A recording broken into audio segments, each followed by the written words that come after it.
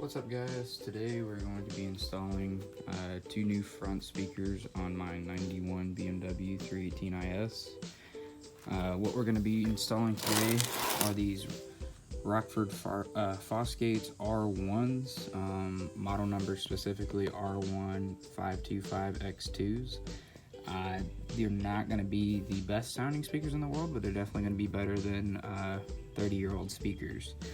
The main things to note on the E30 is the speaker size is a 5.25. That's one of the reasons why the sound quality isn't going to be the greatest. It's not necessarily Rockford Fosgate. They do make great products. It just has to do with the limitations of the speaker itself. Alright, let's get started. So the next thing we want to do is on the E30 chassis, depending on the options it had, they typically have two footwell speakers, like this one on the driver's side. They have another one on the passenger side, and they also have two in the rear. My car is a coupe, and it did not have the upgraded stereo package, so we only have the 4-speaker option.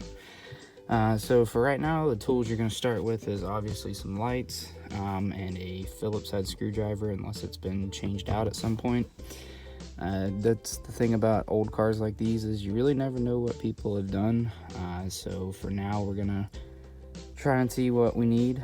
So we're gonna start with the screwdriver, and we'll get started with removing this panel. So the easiest way to remove this panel is there is a Phillips head screw right here, and then there's also this seal for the door. I would advise pulling this up. I'm gonna be removing this. Alright, so let's get started. We're gonna pull this seal up. So we'll do like this. We'll try to leave it out of the way. I'm gonna try not to pull these up because these take really specialty clips, and I don't really feel like ordering those or potentially breaking them. So we're gonna try to slip this out without doing that. And like I said before, we're gonna have to remove that little screw. So let's get started.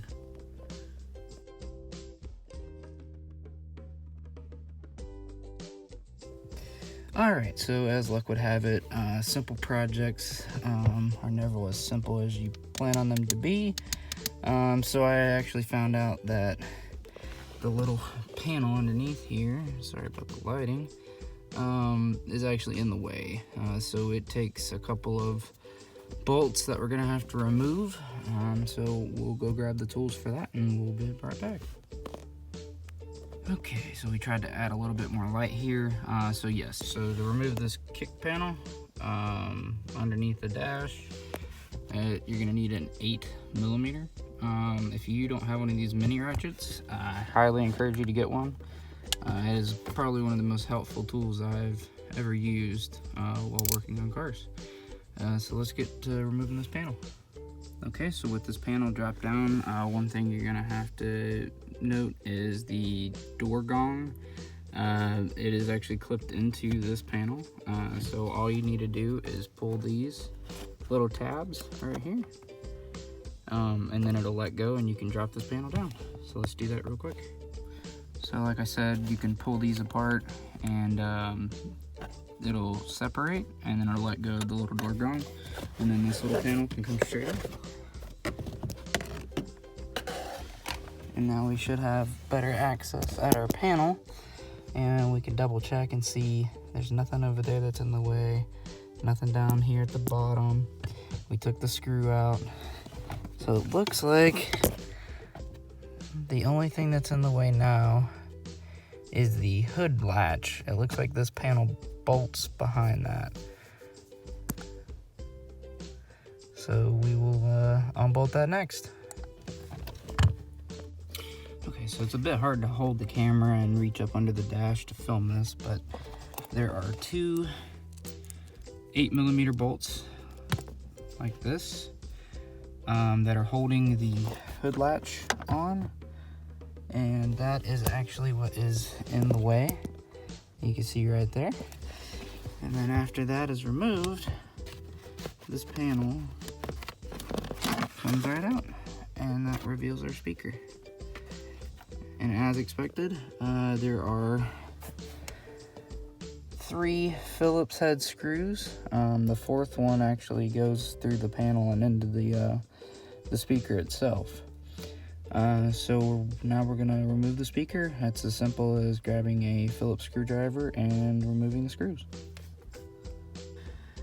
Alright, so as you can see, we have removed the speaker, and as luck would have it, on these older cars, they actually still have a fairly modern design. You know, on some cars that I've done, they have specialty connectors and you have to splice and stuff like that. It looks like on this project it's going to be very straightforward. So let me go grab one of the other speakers and we'll get to swapping this out. So as I mentioned at the beginning of this video, I really wanted to stick with the factory size speaker. There are videos out there of people that, you know, they cut the speaker great, or they trim the hole where this mounts in the car, and I just really didn't want to mess with that. I wanted a very easy plug and play system. Honestly, the sound out of the factory speakers, they've been sufficient. It's just now that they're old, the paper cone has started to wear out. So this is going to be sufficient. Like I said, it's not going to be the greatest quality in terms of sound, but it will definitely do the job. So these are straight off of Amazon. Okay, so for anybody that has ever installed speakers, most of the time they come with the same stuff. They come in a box, typically like this, packaged up. They come bundled together. Usually you'll get new hardware. You'll get extra wires, manual, of course. So a little side-by-side comparison. It looks like at least the bracket itself on the factory one is a tad bit bigger than this one. So hopefully that's not a problem. But overall, they're about the same size, I would say. You know, obviously this has got the better material. Back when this car was made, they were using paper. So it should be a little bit better sounding, but that's a comparison for you. So as I mentioned before, we did get very lucky because this car is already wired. We don't have to do anything special with the connectors. We can just use the existing connectors, and it's fairly straightforward. It's a little hard to see, but one connector is actually bigger than the other, and on the back of the speaker, one of the slots is bigger than the other as well.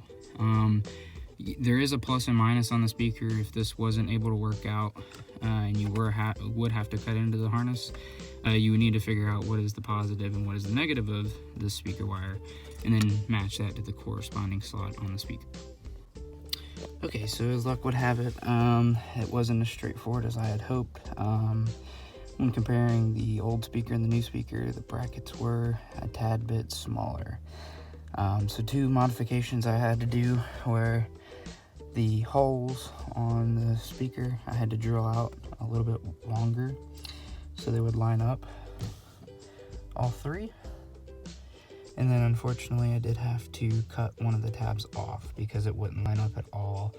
And as I mentioned earlier, the screw that goes through the kick plate actually goes through that hole. So it was pretty vital that it wasn't either blocking or would at least match up. In this case, I felt like 3 screws is sufficient, and that screw will allow the plate to mount up appropriately. Alright, the last thing to do before we button it all back up is make sure the speaker works and sounds good.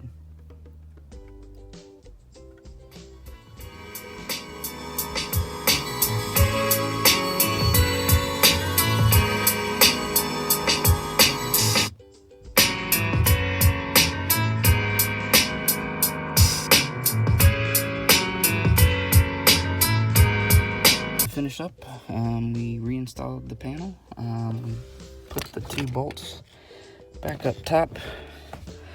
A little hard to see. There's one of them, and there's another one up further for this. Oh, nope, there they are. For the hood latch. And the last thing is we will reinstall this panel here. And that's it for this installation.